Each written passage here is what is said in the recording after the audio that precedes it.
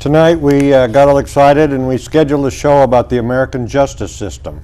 We went out there and we couldn't find it. So we decided to do a show on the American judicial system. That we found. I talked to several judge friends of mine and how they live. Every single one of them lives in a house with bars on the windows, bars on the doors. They talk about their alarms on their houses, their alarms in their cars.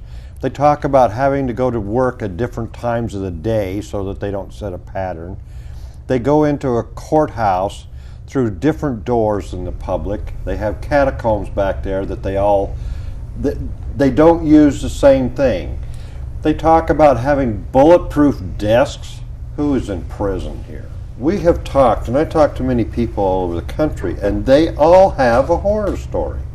There are far too many horror stories, and while I agree with you that there are some excellent judges out there, even those judges, I think, are hobbled by a justice system that seems to be bereft of common sense. We're seeing decisions that are pulled out of the thin air, case law that is accumulating, that's in direct conflict with a whole group of other case law.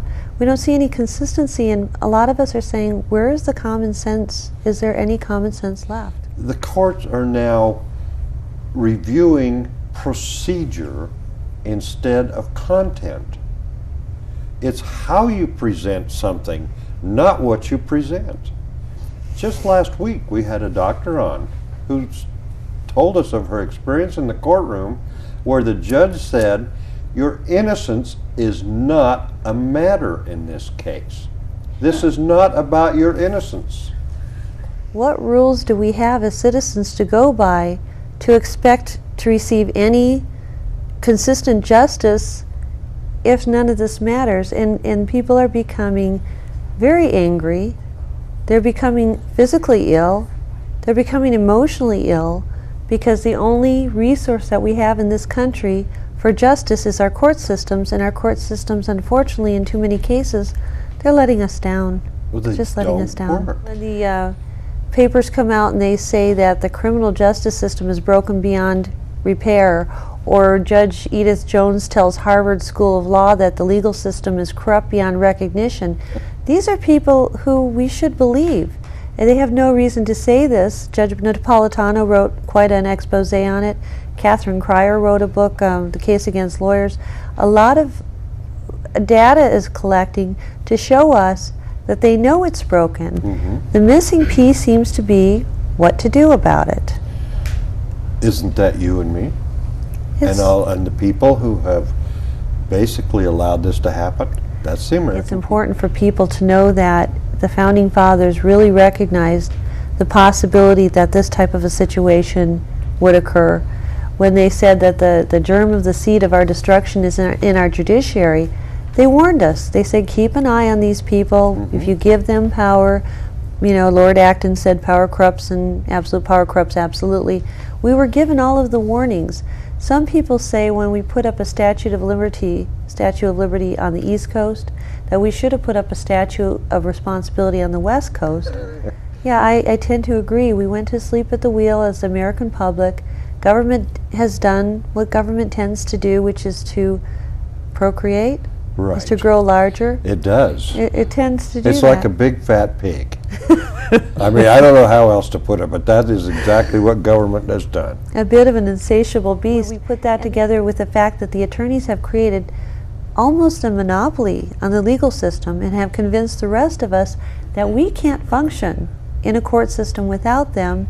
It's expensive, it's burdensome, it's abusive, it's a problem. There's no, cut and dry, it's a problem. And I really feel for the poor guy that goes into the courtroom waving the Constitution.